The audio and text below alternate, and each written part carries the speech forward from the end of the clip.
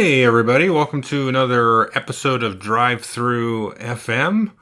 It's been a little bit of time since I posted one of these podcast video simulcast things. It's been back since I think the very beginning of March was the last time that I did one of these. In case you have not been following the YouTube channel, I actually moved house. And I got all moved in by the end of May. And then, of course, with all the COVID stuff, my game group hasn't been meeting. I wasn't even having game nights with my family until just recently, a couple of weeks ago, we started. And so it's been a little while. So this episode is going to be a little bit of a catch-up episode, but I have been fortunate to have been joined by a special guest, Chaz Marler of the Paradise podcast. And I think this is the first time that he's been a guest on the channel, although he might have popped up on here several years ago. My memory's a little bit hazy there. So this is going to be kind of a looking forward and looking back episode. I'm going to jump right into the interview here with Chaz, and we're going to talk about some of the things that we're looking forward to coming up in 2021.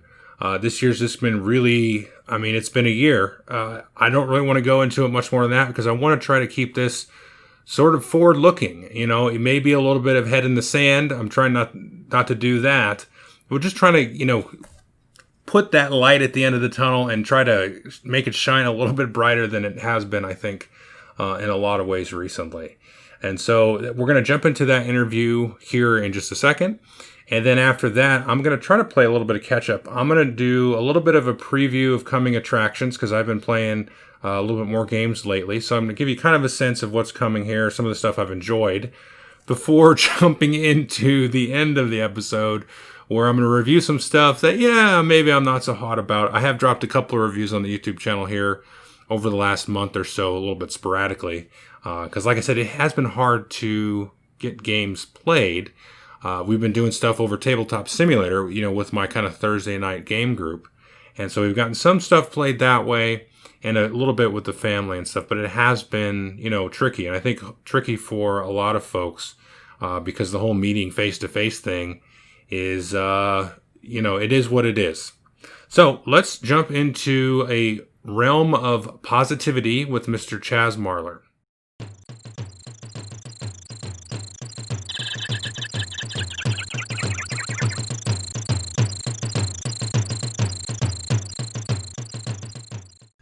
So, I am happy to have, I think for the first time, at least in a long time on the channel, Mr. Chaz Marler from Paradise. Hello. Among other things. Welcome, Chaz. Yes. You have quite branched out, I think, since last time you were on this channel, which must have been a few years ago. It must have been. I've actually been experimenting quite heavily with the among other things.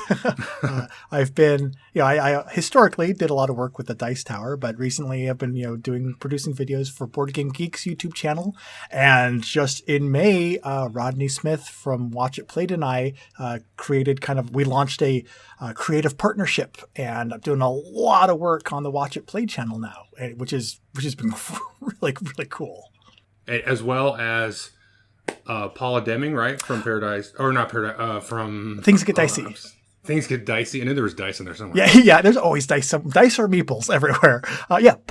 Paula Deming from Things Get Dicey and Matthew Jude from the This Game Is Broken podcast. They're both just phenomenally talented and hilarious people, and I actually hooked up with them shortly before hooking up with Rodney. So when I came over to start work with Rodney, it's like, hey, we've got these other awesome people too. Want to work with them as well? It's like, oh, sure. So we kind of have been figuring out how to all work together as we're scattered across the globe at this point. So, well, that's just too much talent for one channel. I'm going to have to ask you guys to pump the brakes a little bit over there. we received your letter from your lawyer, so we're aware. So I'm happy to have Chaz on here because we were spitballing the other day, and we thought it might be fun to talk about some of the things that we're looking forward to in the year 2021. So this year has been, a dud year across the board for many reasons. Maybe least of which is kind of the interruption into the normal gaming hobby, at least for the two of us and several other people. But we thought, let's try to look forward and, hopefully try to think positive thoughts and that kind of stuff, and talk about some of the games and maybe some other things outside of just games that we're looking forward to in the near future, hopefully next year, and, we'll see. But, yeah. And so, Chaz, did you have anything that you are looking forward to in 2021? Yeah, there's like a few things. It's really interesting. I usually back maybe 2 Kickstarters a year, but for some reason, maybe it's just from being cooped up, I've backed like nearly 10. It looks like. So, holy cow! Yeah, I thought I was bad. You got me beat. So there's quite a few things. And one of them actually is the new BattleTech Clan Invasion Kickstarter. That was supposed to be coming out by this time, but as with everything, production has been delayed. But I grew up with BattleTech in the 80s. That was my miniatures game of choice, and kind of always had a little bit. It was always in the back of my mind, but when Catalyst Games reintroduced the new core box a couple years ago, I got that and kind of got back into it with my daughter, who's now in her teens. So she's at a really good age to introduce it to. And so then when they launched the BattleTech Clan Invasion Kickstarter last year, I jumped into that and have been really looking forward to all of the new miniatures, the mechs, the maps, and a lot of the actual supplemental stuff that they have. There's like dice and pins, but also there's literature and books and stories and stuff they're releasing too in the universe. Oh, nice. Yeah, they went all out with this Kickstarter, so I'm really looking forward to getting that and really fully re-immersing myself in the BattleTech universe. Yeah, I remember you telling me about this when it was up there, and then I thankfully had willpower. But now I'm seeing this big button that says late backers enlist here. Uh-oh. And my willpower, because you and I have talked off and on about BattleTech, and it's something that I really wanted to explore. Because you talk it up, and it's just, I like the footprint of it, and I've been getting into miniature games the last few years now. Yep. And it looks like a really neat system. So, wow, yeah. It's one of those, I was really surprised when I picked up the new core set a year or two ago. I thought, okay, it's been, 8, 9, it's been almost 30 years at this point since the original came out, I believe in 84 or 85. So it's been nearly 30 years. They've got to have streamlined these rules and everything and kind of made it modernized. And no, it's almost exactly the same. The rules over the years were streamlined and improved, but they got to a certain point where they said, yeah, this is it. This is what BattleTech is. So I was really shocked. It was like not a day had passed since I, left off with the rules. I didn't have to relearn. I had to refamiliarize myself with a lot of stuff. Right. Those darn LRM 2-hit tables and everything. But it's very, very, has that old school nice feel to it. Yeah, I think I've gazed longingly at the beginner's box, because they came out with like the beginner's box and then the kind of the standard starter box. Yes. And I've gazed longingly at both of those. And I think even at Gen Con last year, they had it there. And I was like, I just made it out of there by the skin of my teeth. It's one of those games that, all you really need is, a few character sheets, the core rule book, and, a surface and some minis. And so it's definitely one that's a candidate for playing on a nice day at like BGG Con or something, when we have like a nice 4-hour block. It's definitely, we should put that on the list. We should. You're killing me. My pleasure. So my first item on the list, sticking with the whole Kickstarter theme, and it's actually currently still on Kickstarter. So this is not a plug for nobody's paid me to say this, but I have always been a big fan of the Ascension deck building game, and they are currently running an Ascension Tactics miniature game, which looks really neat. And I've had a chance to actually play around on the Tabletop Simulator mod that you can download for free if you want to try it out. And so I played a couple of games with that, and of course read through the rules and everything. And I'm really excited for it because it's a lot more than I expected it. Oh, yeah? Out of it. Yeah, because it's really like just playing Ascension. Okay. So if you ever play Ascension, you got your 6 cards in the center row, and you get, I forget what they're called, like the Mystics and the Infantry, and you get runes and power, and you deck build and all that stuff. And the game really is just pretty much that. It's just when you play some of the cards, they'll have these command points that you spend to activate your miniatures and move around the board and attack and things like that. And of course, there's a whole mess of special abilities and all that kind of stuff. But it's really still just a pure kind of deck building game, but then also has this, board thing going on. So it kind of reminds me sort of like Trains, but doesn't play like Trains, obviously. Or do you remember, Chaz, the one that was like a D&D? Oh, Tyrants of the Underdark. Oh, I love Tyrants of the Underdark. Yeah, so it's like, it still feels like you're playing a pretty pure deck builder. Okay. But then your cards are sort of manipulating things outside the scope of, just the deck of cards. It's not one of those where it's more complex and, it's like some of the more advanced ones. But I've never seen it with a miniature skirmish game. You think of like a Warhammer Underworlds or, I don't know, Heroescape or, something like that as a little bit more basic miniature game. But it plays really snappy and fun.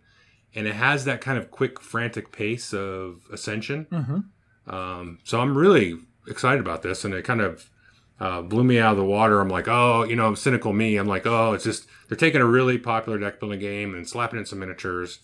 And, what is this? And it's actually pretty sort of kind of subliminal, like everything that's going on, because I found that each time I played it, I wanted to immediately play it again just to try out some new combo or something, or some, setup of characters and that kind of thing. Oh, that's a good sign. So I'm really excited about that one. Did you play the, it was like 4 or 5 years ago, and unfortunately it withered on the vine before it got going. It was that Magic Arena of the Planeswalkers game. Oh, yeah. Yeah. Did you play that at all? I did. It's basically Heroescape. Yeah. It's like Heroescape. Yeah. But I thought that Ascension Tactics was going to be a lot closer to that vibe, but it sounds like it's a lot more adheres to the deck building side a lot more then. It is. It really, and this might be a turnoff for folks actually, but it wasn't for me. But it's really a card game. Okay. Like it really feels like a card game because the cards that you get out of that center row and all the abilities and combos and stuff, that's the most important part of the game.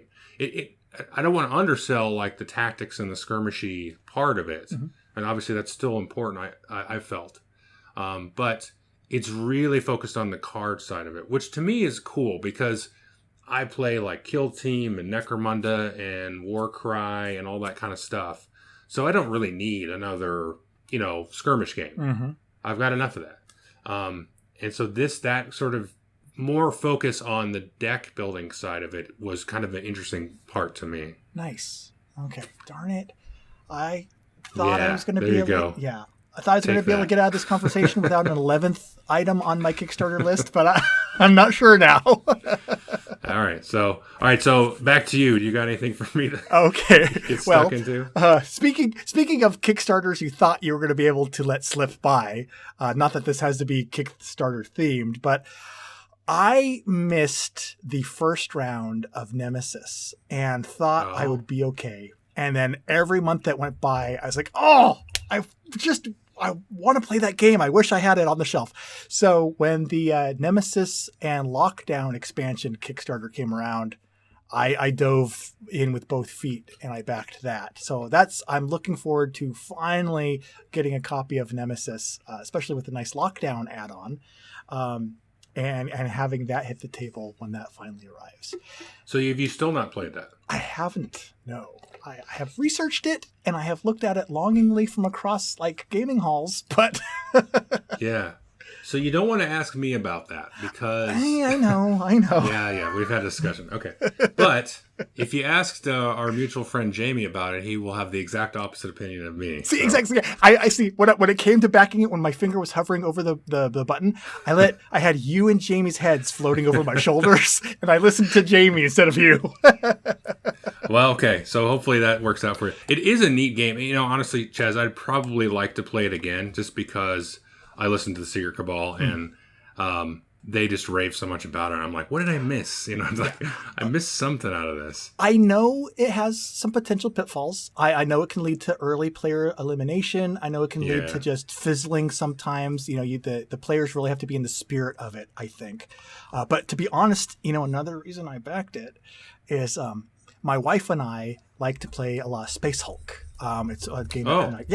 And, having more, one of the things that we do sometimes is we've actually played with I got a set of Star Trek HeroClix figures, and so we actually played one game of it where I took out the Space Marines. We used the same rule set, but we substituted Star Trek little minis, and we did like a whole Star Trek storyline.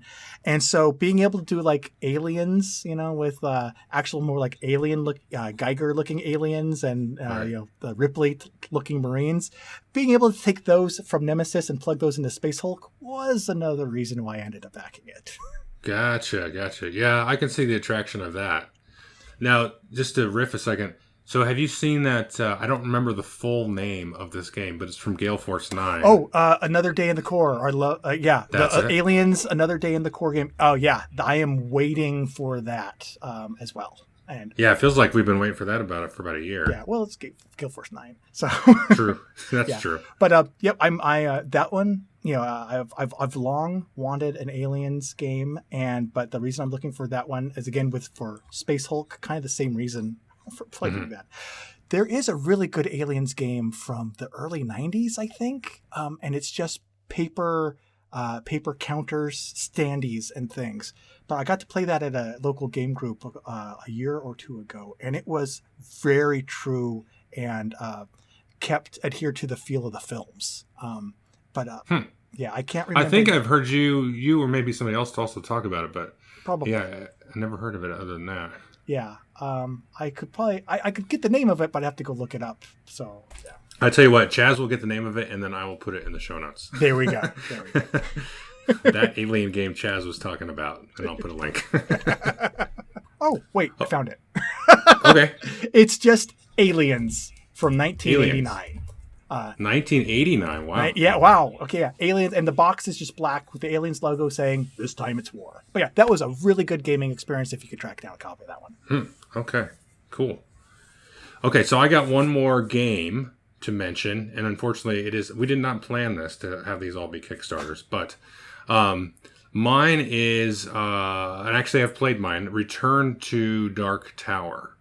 So I think everybody's probably excited about that. But I had a chance to play it at BGG-Con last year, 2019, and obviously it was an early prototype. I think the rules have changed, and definitely the mechanisms and the machine itself have changed. But it was a whole boatload of fun. This is another one I was really not expecting too much out of it, but I wanted to, take a look at it because it is Dark Tower and it has this kind of mythical status, in the hobby industry as a whole. And I was really surprised. Obviously, it plays nothing like the original. It's a co-op. It kind of reminds me of Defenders of the Realm in a way, just kind of the way things go. Definitely. Although mechanically, have you played it? I got the demo at PAX. Yeah, at PAX Unplugged. Oh, okay, cool. Yeah. So what did you think of it? I got the same vibe that you are describing. Yeah, it almost did have a little bit of that Defenders of the Realm vibe to it, just a little, with the characters and kind of moving it around and always beating things back.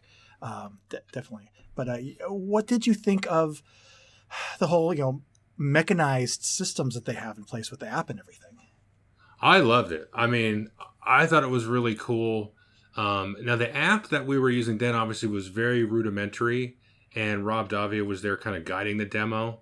So he was kind of forcing it to do certain things. Okay. Because at that point, they were really, I would say, this is just kind of my impression, they were probably 85% done with kind of the core mechanics and whatnot. Mm-hmm. And they were really getting into that last point where they were trying to fine-tune balance. So, when this event triggers, does it spawn 4 monsters or 5 monsters or whatever? Okay. That kind of thing. And so he was actually adopting that on the fly. He was like, you know what, change that number, because, he had just run 2 previous tests and stuff. And so he was able to sort of control everything, with that. And then he had some weird debug build of the app. So it was hard to tell, like, the usability and functionality of the app itself, and really get a good sense of that. But in terms of, like, the whole, the system as a whole, with the tower spinning around and lighting up, and it did make some sounds. I think you probably at PAX had played the newest version of the tower, because when I took pictures of it at BGGCon, they said, oh, no, you can't put it on Facebook or anything like that, because we're not really premiering it here at BGGCon. We're premiering it at PAX. And I saw some pictures, I think that probably maybe you took, at PAX, and it was like a way better looking tower than what we used. But the overall, like, experience of the tower spinning and, like, dumping skulls out onto the different regions and all that kind of stuff, and certain things like closing on, and then it felt like kind of like the Eye of Sauron. There was that one thing where, like, if it was looking at you or whatever, then you had to deactivate a power. I don't remember exactly. But yeah, so I like that, from what I could see of it. But the overall sort of the whole thing of, like, putting out fires was cool. In Pandemic or Defenders of the Realm, you have that whole kind of thing where you're kind of chasing around stamping out fires. But the way that it did it here, with a little bit of that narrative feedback coming out of the app, was really neat. So, like, something that happened to us actually was, there was the main plot, and there was, like, some kind of ritual or something at the tower. But then all of a sudden, like, the third round, this wizard pops up, and then we were like, oh, whatever. And then he came back in, like, round 7, and then because we didn't take care of him, then he cooked up, like 3 realms or regions, on the countryside, and it was like, oh no, and that made us trying to win the game even harder and that kind of stuff. So there's a bunch of little, like, weird, just little details like that were just really neat. Yeah, I noticed we didn't. I don't think at PAX we even played a full game. We just had an allotted amount of time to start playing it until we ran out of time. But even with that, yeah, I noticed what was neat is the app was able to kind of weave this continuity through the whole story, and it would remember things that happened, and it kind of increased the odds that certain events or callbacks would kind of occur from it. It seemed like, and it really added an extra layer to the storytelling a little bit, which helped guide all the players through what was happening. A little more. So that was really neat. Yeah, absolutely. Yeah, so that's another thing that I'm looking forward to. So, Chaz, if I can sort of pull the rug out from under you for a second, the next thing I want to bring up is we talked about this just prior, is when Chaz jumped on here and we got on the call, I said to Chaz, I said, you know what, this is probably the exact time that you and I would be running into each other at an airport, because Chaz lives in Oregon and I live in Idaho. And when we go to Gen Con or any con, we tend to end up meeting at whatever the adjoining airport is. Whether it's Denver or Utah or something, and without even really arranging it. And so the other thing that I'm going to miss, in addition to running into Chaz at the airport, is meeting everybody at Gen Con specifically, but any convention, obviously. And so that's the thing I'm most looking forward to in 2021, is just, I talked about this on a podcast several months ago, but it's the feeling is still just so much there. Like, I sort of throw myself into the future and imagine myself kind of going down the escalator at the Indianapolis airport and just kind of soaking in Indianapolis. And, like, the first time that I walk into a hotel and I see somebody, like Chaz in an airport or something, I think I'm going to be a little bit overwhelmed, and maybe a little bit verklempt. But yeah, so I mean, I'm looking forward to that moment though, and experiencing that with hopefully several people. But yeah, I just can't wait. I just can't wait for that. Yeah, no, I remember one of the best ones of those. It was you. I can't remember which convention we were going to, and I don't think it was the Denver airport. It was a different airport, but maybe it was Salt Lake. But I remember getting a text from you that said, "Hey, are you at the airport?" Because we knew that our layovers were going to both have some overlap in the same. Right. So it's like, "Hey, have you arrived at the airport yet?" It's like, "Oh yeah, I'm at gate 21A." I get this text. Right. Wait, 21A? look to your left. I look over, and you're actually sitting like just a couple rows over, and we had the same flight for the rest of the way in. We didn't even realize it. That's right. Yeah, that was awesome. And it seems like there's been at least 2 or 3 other times that we've just, and now we're a little bit more in touch with each other. Yeah. So it's like, are you flying in when? Okay, when's your layover? Okay, well, I'll probably run into you. We got like a half-hour window. Yeah. We'll run into each other. But yeah, it's always a great, it's always a nice moment. You know, it's a weird thing too, Chaz. I don't know if you experienced this, but when I get on the airplane here in Spokane, and I get on and I'm just kind of taking in everybody. And I'm like, it's just, average folks. And then when I land in whatever that connecting airport is, and then I go to whatever my gate is, it's like the people just kind of start slowly getting geekier and geekier and geekier. And then it's like, maybe like 40% of the people here on this plane are going to Gen Con, and then I land, and then it just gets geekier and geekier and geekier. And it's just this funny, it's like this crescendo of nerddom or something. By Friday at Gen Con, it's just, the tidal wave crashes and then it starts to recede. But I always have a kick kind of, trying to spot people based on their like t-shirt or something, or the color of their hair or something stupid. Like, I'm like, I bet they're going to Gen Con. I could tell you every single time. Yes. Yep, that's exact same experience. And it's neat too, because it's kind of like, my tribe, we're all here, right. And it's like all these people, and sometimes you even get the people that you start to recognize, every now and then. Hey, I've seen that person before in the convention hall. But just the t-shirts and everything, it gets geekier. What I like is leaving Gen Con, that flight in the Indianapolis airport. You'll walk down the airplane aisle to your seat, and 9 out of 10 people's carry-on is some board game they're clutching. Yeah, absolutely. Yeah, I remember when Ashes came out, it was like walking down the aisle, ashes, bag, ashes, bag, ashes, bag. Yeah. So did you have a last item? Well, my last item too was actually was that travel. Because I used to, historically, I'm a bit of a homebody. Like during the whole this quarantine, I filled up my car with gas in early February, and then I filled it 2 weeks ago. I think I filled it. Wow. Yeah, and I've been fine. I've been like, I can do this. You need me to stand on my head? I can do this all day long. So I've always kind of been a homebody, and I never enjoyed travel until about 4 or 5 years ago when I started going to the conventions. My wife gave me this really good piece of advice before my first one, because I was real nervous about going. I was like, I don't want to be away from home. She said, you know what? It's an adventure. Just embrace the adventure of it.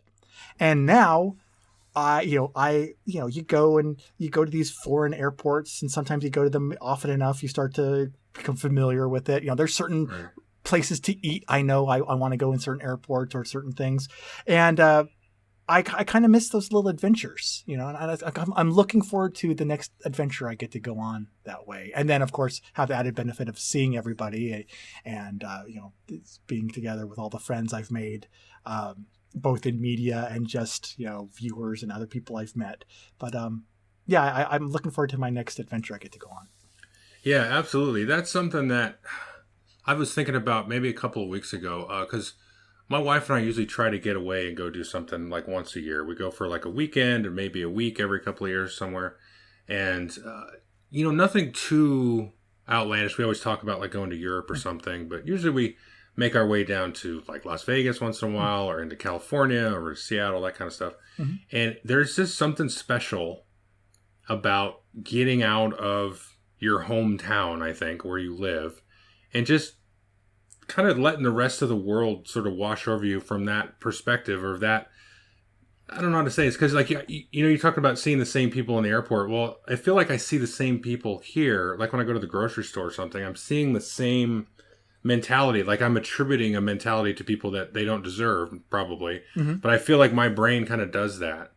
And then if I go to another state, another country or whatever, I feel like I get the chance to learn a little bit more about how people are and how the world is for some reason, Oh, like it just kind of happens, Oh, absolutely.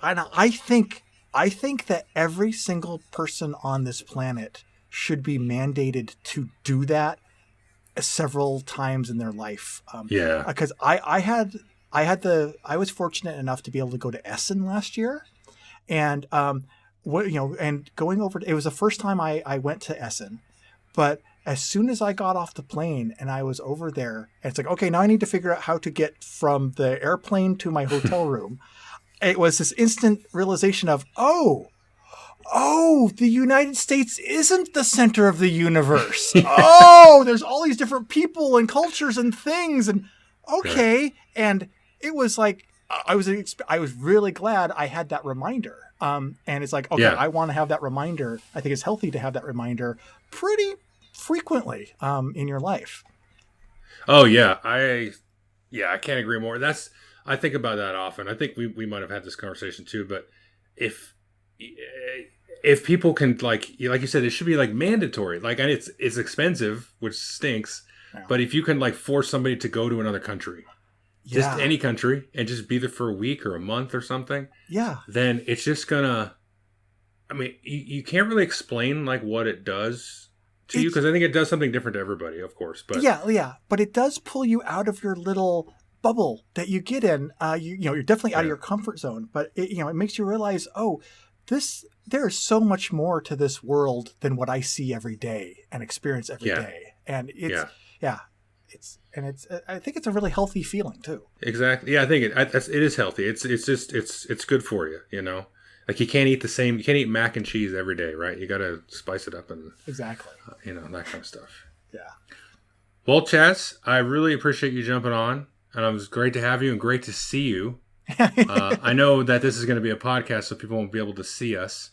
But you kind of said at the beginning where you can be found, but just take it away again, just so you can give a plug to all the places where you're at. Okay, there's 4 main places.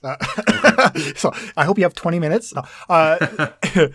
Twitter, if you want. The 4 main places are Board Game Geek's YouTube channel. There's a couple of videos I produce every month there. Then the Pair of Dice Paradise YouTube channel. That has been kind of quiet the last few weeks because I've been extremely busy with the main channel I've been working on, which is the Watch It Played channel, along with Matthew Jude, Paula Deming, and Rodney Smith. And if you want to communicate with me in some way, the best way to do that is probably through Twitter, actually, where it's Dice Paradise on Twitter. All right. Yeah, and I'll have links to all that stuff in the show notes if folks want to. If you haven't heard of Chaz, I don't know why you're on this channel, because you would have heard of Chaz already. But anyway, yeah, folks want to check out Chaz's stuff, and the stuff that you all are doing over in the Watch It Play stuff's been really cool to see. Thanks. And then Chaz, just a special shout out for you, because you started and I'm going to screw up the name, but the hotness. Oh, I had a huge brain fart. The hotness video that you do for Board Game Geek. Mm-hmm. It's kind of like the Casey Kasem Rising Stars thing. Yeah, that's how I have it in my brain. Is that, even though that's not what it's called at all.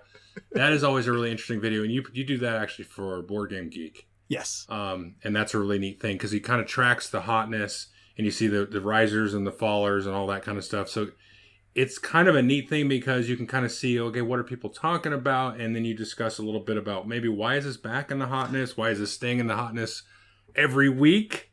Like certain games or every single week? The hotness video is subtitled also, let's talk, what's Gloomhaven doing this month?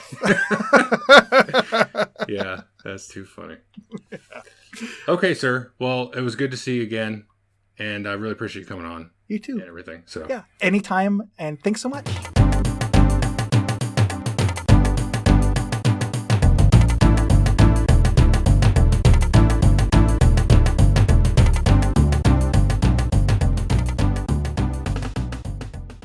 Okay, so we're back to just my talking head here.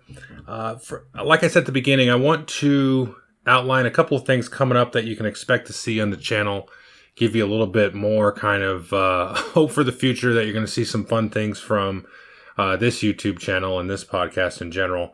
Then I'll jump into a handful of reviews, which at the beginning I kind of sounded like they were all going to be negative. That's actually not going to be the case.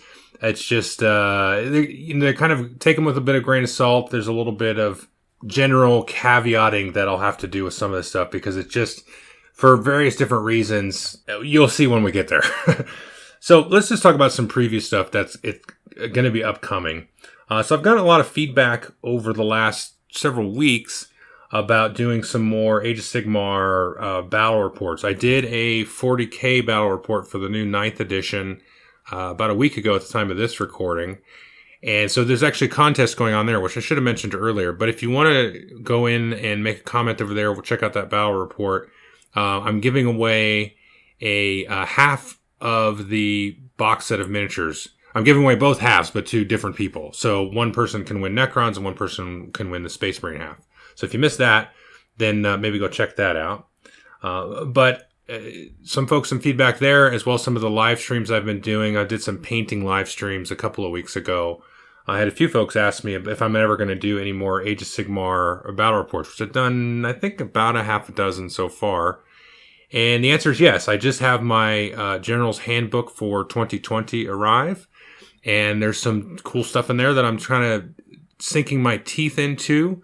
They're actually, speaking of disappointment, there's a couple of things that are actually kind of disappointed me about some of the changes that they've made to some of the things for the General's Handbook stuff. So I'm going to try to digest that a little bit more, see if I can't suck some fun out of it. I mean, I know I can. Specifically the auxiliary objectives. I thought they were going to be something that they're not. But maybe I can house rule some stuff to make it more interesting. So anyway, so you can see that at least probably one or two of those coming up. I set aside some more miniatures here to finish painting, just to kind of some endless spells and stuff to round out some of the armies that I haven't gotten around to. So I want to do that, and you'll see that. And so the next thing to talk about is also an Age of Sigmar thing, but it's the Age of Sigmar Soulbound RPG. I actually ran a session of this online with Marty Cannell and his two sons from the Rolling Dice and Taking Names podcast. And we did a session of that. And you will probably hear me over on their podcast at a later date. I'm not sure exactly when, talking about both 9th edition 40K and our session of the Soulbound RPG. And I had an absolute blast. And they did too. So we haven't talked formally yet about that. We only recorded the 40K segment so far at the time of this recording. But my impression of it was that they loved it as much as I did. And it was really, really interesting. You know, I'm not the biggest RPG player. I've only ever played like Dungeons and Dragons and End of the World, which is a Fantasy Flight RPG. And then I also ran a game of Warhammer Fantasy earlier this year, like right before everything went into lockdown, and I had a lot of fun that. But this was a very different type of experience, the way that it works out.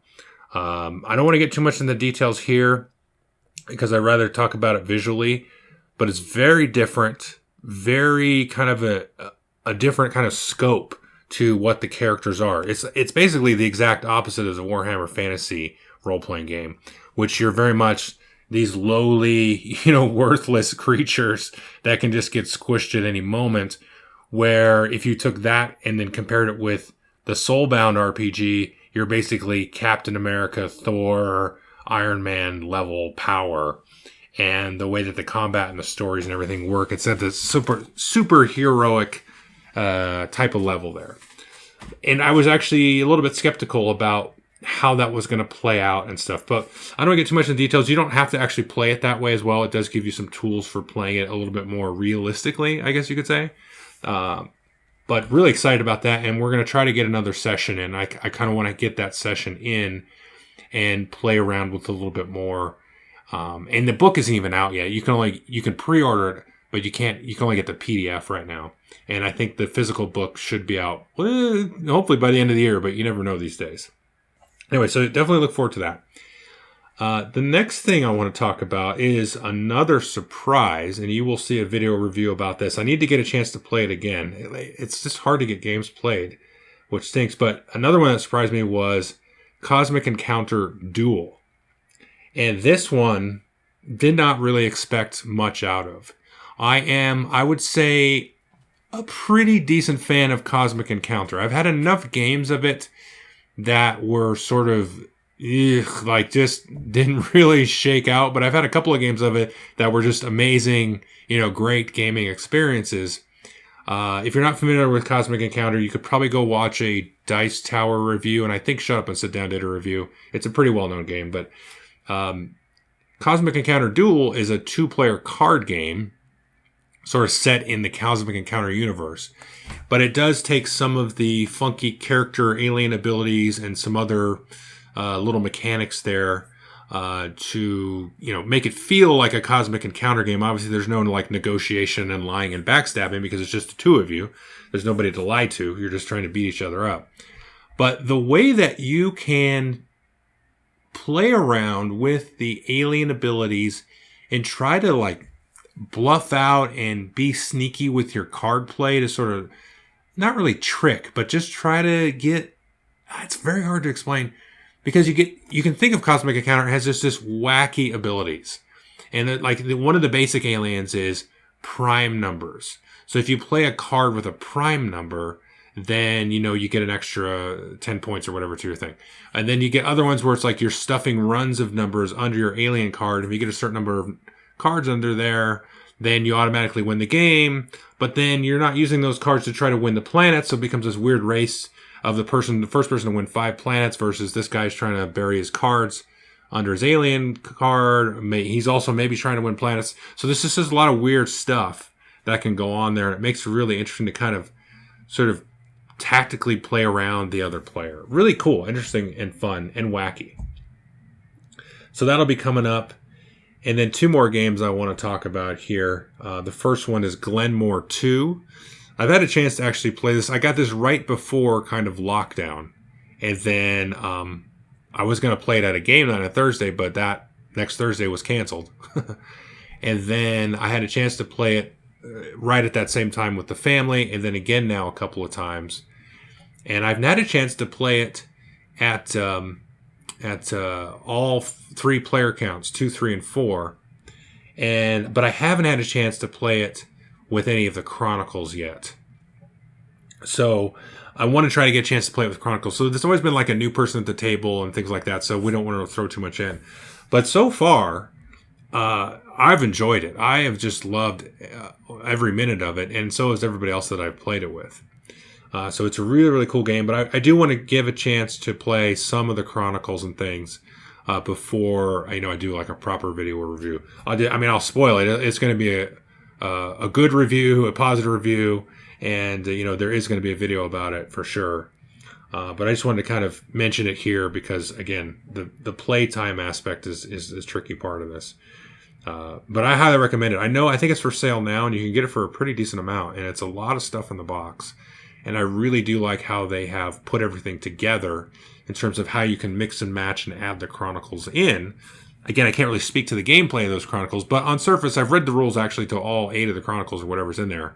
And I'm like, oh, that looks neat. Oh, that looks neat. Oh, this looks cool. I'd like to try this. So anyway, that's Glen More 2. Last thing as far as a preview goes is I have had a chance to play some more games of the Funkoverse game. And before I get into the specifics of what I would be reviewing here up in the upcoming weeks, is I had a chance to play even the original since the review I did however long ago. Well, I would have been last year. And that system has really impressed me more and more and more.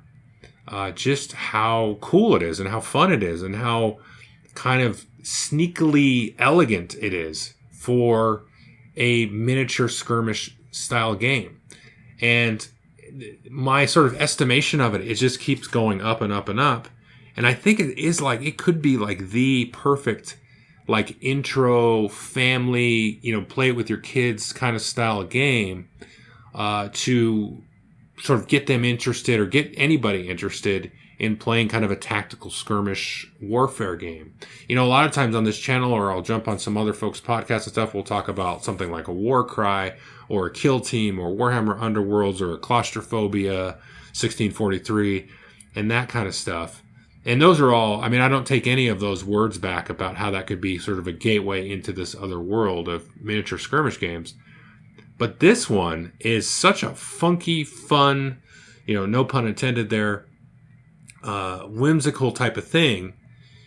that I'm just more and more impressed by it. Now, I've recently had a chance to play. There's a new kind of version or expansion of it for Game of Thrones, and so it's kind of like a new starter box. You get the 4 characters, and then you get the double-sided map and some scenarios and stuff like that.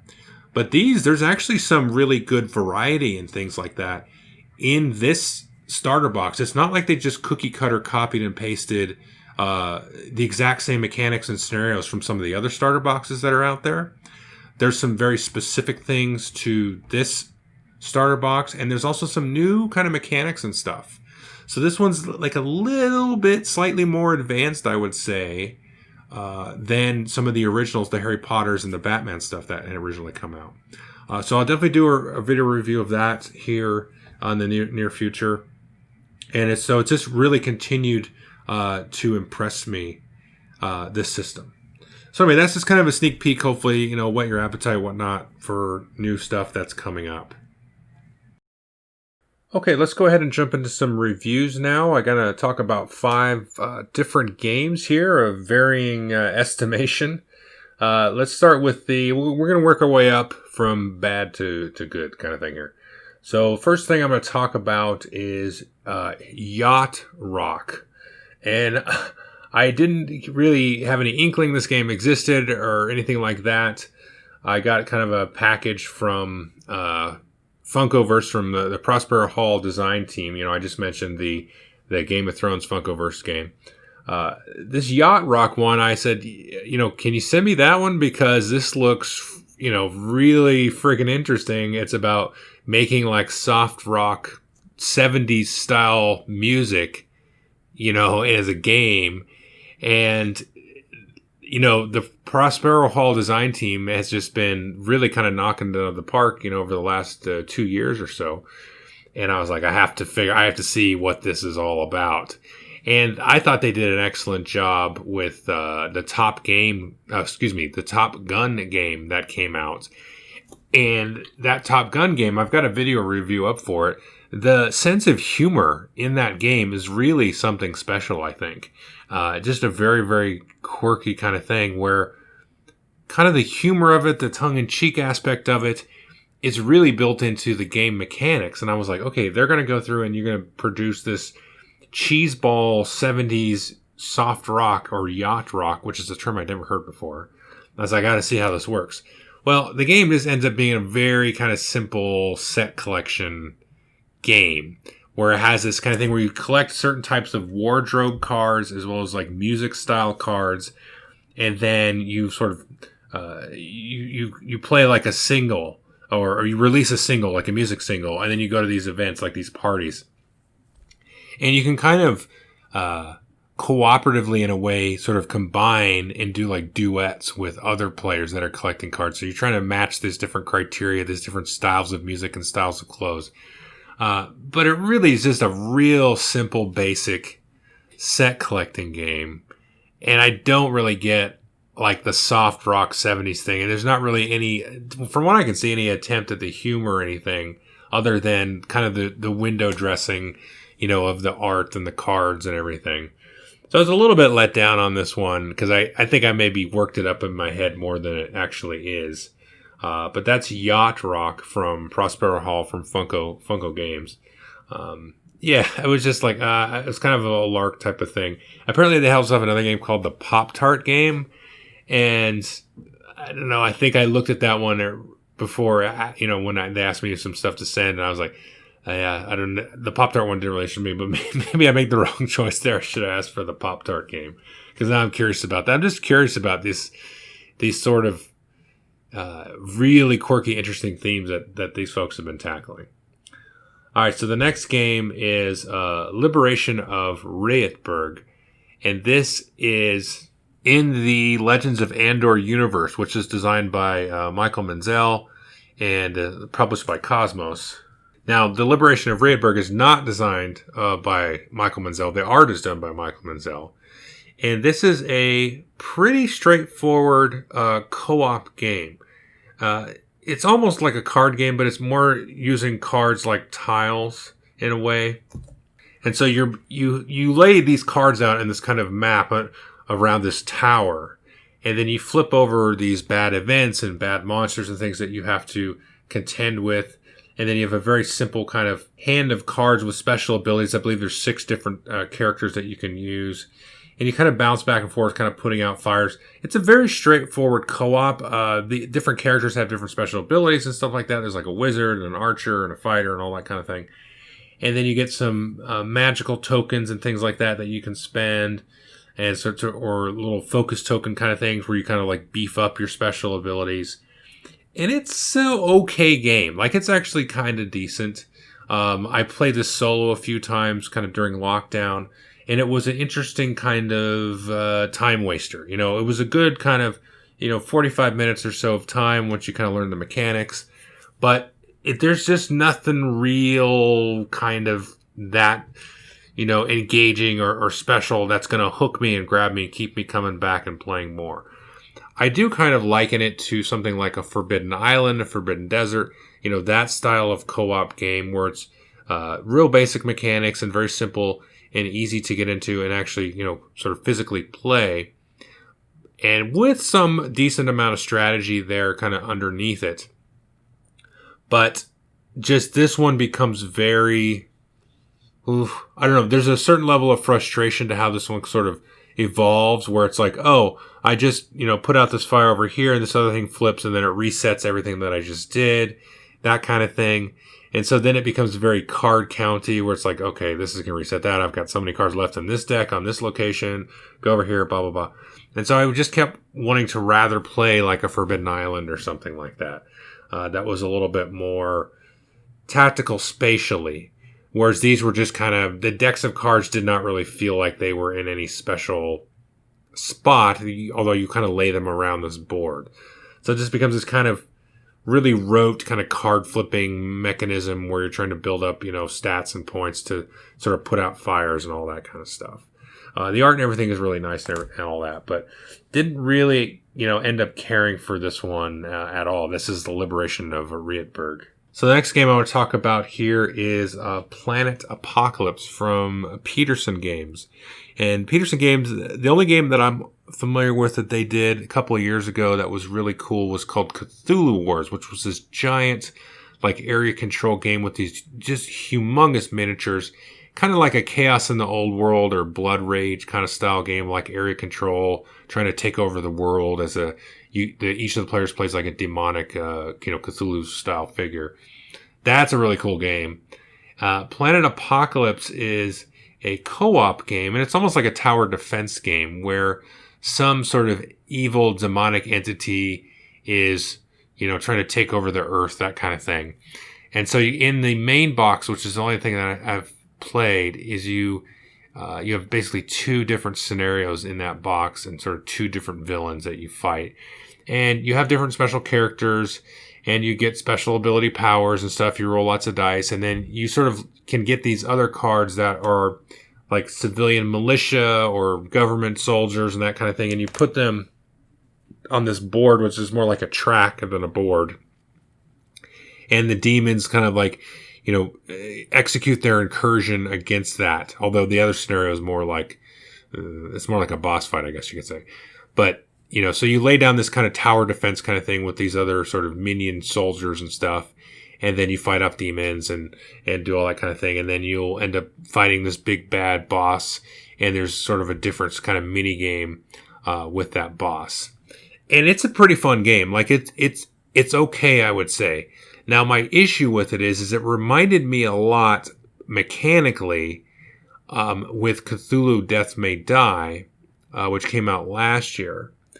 And that one, I think, is a superior game for a number of reasons. Like, mechanically, it's not, I wouldn't say it's that much superior because you do have that kind of sort of funky setup where you get a little bit of asymmetry with the different heroes that you can use. And then you can acquire, in the case of Planet Apocalypse, you get these like gift cards, which are just augmented special abilities. And they represent a lot of things, just little powers and abilities and equipment stuff that you can get. And so it kind of reminds me of that way. But it loses out on the configurability of Death May Die. Because Death May Die has this real cool concept of you take this scenario and then you mash it with this boss. And you can take the same scenario and mash it with a different boss, or take a different scenario. So in the base box, you've got like a bunch of different sort of configurations that you can kind of throw at it. Whereas this one, you've got 2, and that's it. And they do actually have a bunch of different scenarios, but you've got to buy like extra $60, $70 boxes of stuff. I don't know if that's the exact price, but you're going to be paying and adding that much more, which Cthulhu Death May Die has that too. But just in the base game, you don't really need any expansions. I mean, you could play that, probably a dozen times or more before you really had to get an expansion for it. And so that's kind of my issue with this one is it's kind of like, it feels like that same thing where they're trying to like mix and match bosses and levels and scenarios and things like that. But that would end up being like this gigantic, giant shelf of stuff. Game mechanically and sort of emotionally, and like the level of excitement is the same to me as a Cthulhu Death May Die. So it's like, that's just the whole time I was playing it. I played it twice. I'm just like, oh man, I would just rather say, just go play that, because then you've got pretty much the same thing, maybe a little bit better, I think, even in terms of that style of game, where they're not really dungeon crawls. They're like these interesting cooperative puzzle type of things. There is kind of a spatial, room to room movement or zone to zone movement kind of thing. But it feels more like a standard kind of co-op thing than like a Descent or something or Warhammer Quest where you're kind of traversing a dungeon and going through. It has that interesting sort of combat co-op type of thing. And so I would just have to say Cthulhu Death May Die is a vastly superior choice there, and you're going to spend way less money getting that one. Anyway, so that's Planet Apocalypse there from Peterson Games. Now, these last 2, let's start out with, I'm going to kind of reverse the order I was expecting to do that in. So let's first talk about Ride the Rails. Now, Ride the Rails is from Capstone Games, and I think you might see a review of this down the road. Now, the problem is, when I've had a chance to play this with the family, there's basically, I can get the 3-player game played. And we like it. We like it at 3-player. But at this point, it's like a little bit mathy. There's not enough going on. So Ride the Rails is one of these kind of Winsome-style train games. So what it really does is it takes an 18xx game and then rips away everything. Like, you don't even have auctions. You just take a share. So on your turn, you take a share, and then you put out some track, and then you will run like some passengers on the track or through all the various tracks that all the players have built, and you get some income and some dividends and all that stuff. So it rips away everything. A lot of times with these sort of Winsome games or these sort of 18xx light games, they probably still have an auction. There'll be some a little bit more basic mechanics. Think of like a Chicago Express, Irish Gauge, which is the first game in the series from Capcom. That's kind of a more basic 18xx style train game. German Railways is another one that I've liked. There's been a few others in this style. It's not an Age of Steam. It's not a Steam style game. And it's definitely not an 18xx game. But this has some really, really interesting things going on. But like a lot of these style of games, you want that more full player count. So this one's going to sit on the shelf. It's probably going to take some time before I can get it in front of a group of like with 4 and 5 players. And I've said I played a couple times now, 3-player, and it's like, yeah, I just know this is going to be better with more players. And so I'm going to hang on to it and try to get it played, eventually. It might be next year, But we have enjoyed it. My family that I played with, we have actually enjoyed it. But it's just at the 3-player count, not really good enough to, to say I would keep this in my collection or whatever. You know what I mean? So it's just right on that cusp. And I usually have a good sense about that kind of thing where I can play something in a player count and be like, oh, this is not the best player count. Or if I'm playing it at the best player count, I have a sense of like, this probably doesn't work as a 2-player game or that kind of thing. So anyway, that's Ride the Rails. I would take a look at it and check it out if you've got a group that, 4 or 5 that can play this. But at 3, it works. It's fine. It just becomes a little bit too dry and plain and not really enough interaction and excitement at that player count. Now, the last game I want to talk about here is another Prospero Hall game. And this one is, I'm really struggling with how to talk about this one. And this one is Pan Am, published by, again, Prospero Hall and Funko Games. And this one's got a lot of buzz, and I know I've watched a couple of videos on it and stuff and how to play it before I asked them to have it. And I was really excited about it because I was like, oh, this looks great. Everybody's loving this. And I played it twice now. I played it a 2-player and I played a 3-player. And the takeaway from my review is going to be, it's a great 45 minutes to 60 minutes. And then the end just absolutely kills it for me. And there's a couple of problems with the game. So I don't want to get too mechanically detailed here. There's a couple of great videos out there. Just go grab, your favorite reviewer and watch their video. It's a cool, interesting sort of bidding mechanism. If you're familiar with Vegas Showdown, it reminds me of that. And that's a game that my group has really liked. This one, there is a tabletop simulator for, so I have had a chance to play it with my game group. And it's the mechanisms and the way that the rounds work out is really, really, really cool. I really like 90% of this game. I like the bidding structure. I like the way that the turn order gets manipulated. It does this funky thing. So one of the action spaces where you go, you get like a little directive bonus card, but then the little worker pawns there, they get to go first in the next round. So it kind of breaks turn order for a couple of placements, and then it goes back to turn order and everybody places. So that kind of reminds me of like a Lords of Waterdeep action where, remember, if you've ever played Lords of Waterdeep, you can go and play an action card, and then you can move those workers to a new spot, which was almost better just to do that than to actually play the action card. So it's really funky. And the way that you can kind of time that, and you build these like airplane routes that this larger company, Pan Am, is going to come gobble up, and it's going to give you some money, and then you can buy stock in that company, Pan Am, after they've bought you out, sort of thing. And so snagging those good routes is the interesting part of it. And the timing of that is just really, it's really, really cool how they did it. And I'm very impressed by that part of it. The problem is at the end of the game, it's very, very lucky determining who wins the game, because there's two things that bother me. One is these directive cards that I talked about. So you go get the directive cards, and they'll give you cool little special abilities that you can play on your turn or when you do a certain type of action. Think of Viticulture if you've ever played that, where you're like, oh, I'm going to go buy an airplane. But now I've got the special power card, so I can sort of change that up, and now it'll be cheaper for me or whatever. Or when I expand, I can expand a little cheapy route for free. So you get these cool ability cards, and I like that part of it. But some of those ability cards are, at the end of the game, you get a free stock. Now, stock is victory points. So at the end of the game, whoever has the most stock wins. So if you go to the directive pile often, and you should, you're going to have in your hand a bunch of hidden victory points, which is like, okay, so we're going to play the game, and then we're going to be tied at the end of the game, which happened in my 2-player game, or, within one stock of each other, and then whoever got the most random stock points out of that directive card wins, which is like, okay. And so that was a bad taste. I actually lost a 2-player game because I was like, oh, we're tied. So now we're going to go to the tiebreaker. And like, oh, I have an extra victory point in my hand. It was like, I didn't know those were in there because literally I hadn't even seen any when I played it. And then we played our 3-player game, and I told everybody, because there's 8 of these in the deck. Just be aware of that. This is something you might want to chase and get a little bit of. You're going to get a benefit.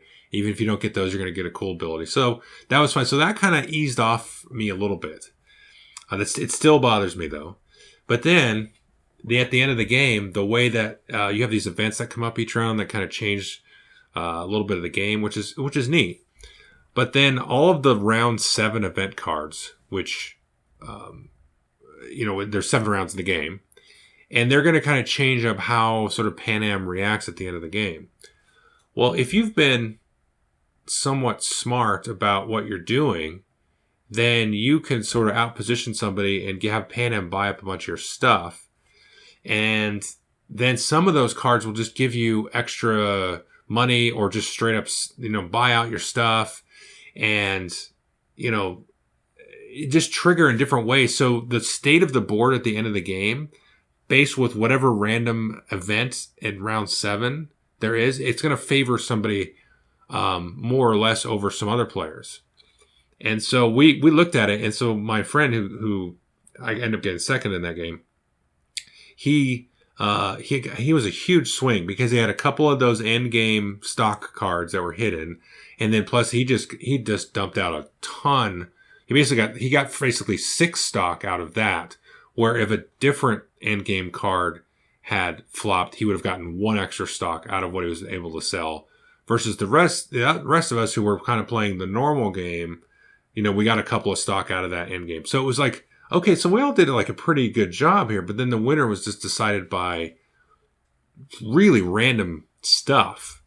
And I think I'm struggling with it because, like I said, everything leading up until that is really neat. Like how you jockey for position and you bid and you have all these kind of, timing aspects and everything. It's really well done, except for that just random thing. And I have less of a problem now with like the random stock at the end of the game, because that can kind of force you to try to do certain things. But then there's a random event too at the end where it's like, oh, well, if I had played this way, the random event would have favored me. But if, Billy played this other way, the random event maybe doesn't favor them or favors Sue, whatever. So it's like, and then I'm like, well, what if you could see that, at the end, but, like in the 3rd round, you flip up the 7th round event so you can see it coming and everybody can kind of play around with that. I don't know. It just really fell flat for me with that whole aspect. And so I don't know. It's something I might play again. I'm just not really sure that I would do it. I think there's probably some people in my group that might like it. And I might be putting too much on it. Like I might be trying to make steam out of it when it's more of like Ticket to Ride or Airlines Europe style game. But we all kind of talked about, actually, we all said, well, we'd all rather play Airlines Europe, because that has some randomness in it as well. And it has a similar kind of theme with, building airplane routes and whatnot. But yeah. So yeah, it's tricky to say because it is really fun for about the first 90% of the game. And then that end game thing is like, I think even like a more casual player would be like, oh, well, it's because you got that card. I thought I was doing pretty good or whatever. I don't know. It just really falls on its face for me. Okay. So anyway, that's the end of the podcast. Hopefully you listened all the way through. Again, take a look at that 9th edition 40K video if you want to get entered into the drawing to win half of that box set. And I hope you enjoyed having Chaz on. It was a pleasure having Chaz on. I'm always happy to talk with Chaz. And so hopefully, I'm trying to get back into a more regular schedule here. It's been tough, of course, with the move and with just the whole COVID thing. But yeah, I still enjoy making content. So it's just, sometimes it's hard to figure out stuff to talk about if I haven't been able to get any games played or anything. So I think everybody's kind of having that same struggle. But anyway, take care of yourselves, and then I will see you in the next video or podcast. Thanks.